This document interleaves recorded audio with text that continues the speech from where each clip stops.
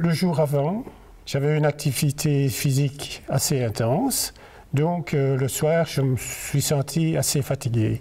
Vers 7h30, j'ai été me reposer, j'ai été me coucher. J'ai passé une nuit bien reposante et je me suis réveillé à 5h30 du matin. Je me suis levé, je me suis habillé, je me suis préparé et j'ai préparé le déjeuner pour mon fils qui travaille à Marche en Famenne comme militaire, qui n'a pas son permis de conduire, donc je dois le conduire à la gare le matin. Et là, je lui ai préparé son petit déjeuner et à 6h moins quart, il doit se lever. Je me dis, j'ai le temps. Je me sentais un petit peu fatigué, je me suis remis au fauteuil. J'ai entendu qu'il se levait. Et je me suis dit, tiens, il se lève, je vais me lever.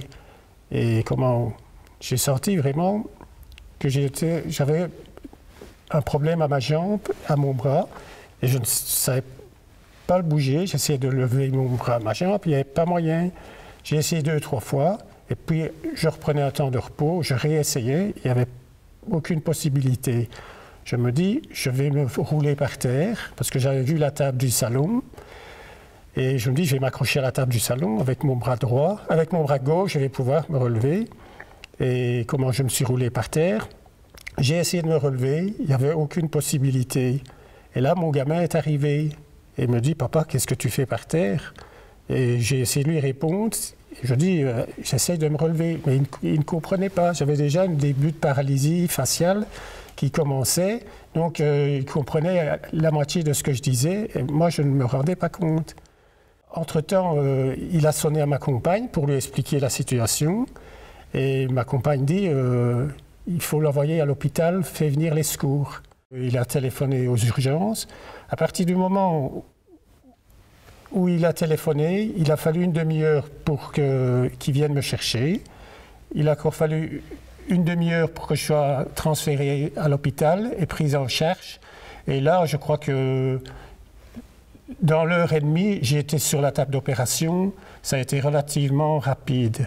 Je ne ressentais pas grand-chose, en fait. Je ne ressentais pas qu'il y avait cette paralysie qui s'installait. J'étais quand même conscient qu'il y avait un souci, mais j'étais un petit peu dans les vapes, en fait. Et je ne focalisais pas là-dessus. Non, pas du tout. Je ne m'imaginais pas que j'aurais pu avoir ça parce que je suis quelqu'un qui a une vie relativement saine. Je ne fume pas, je ne bois pas.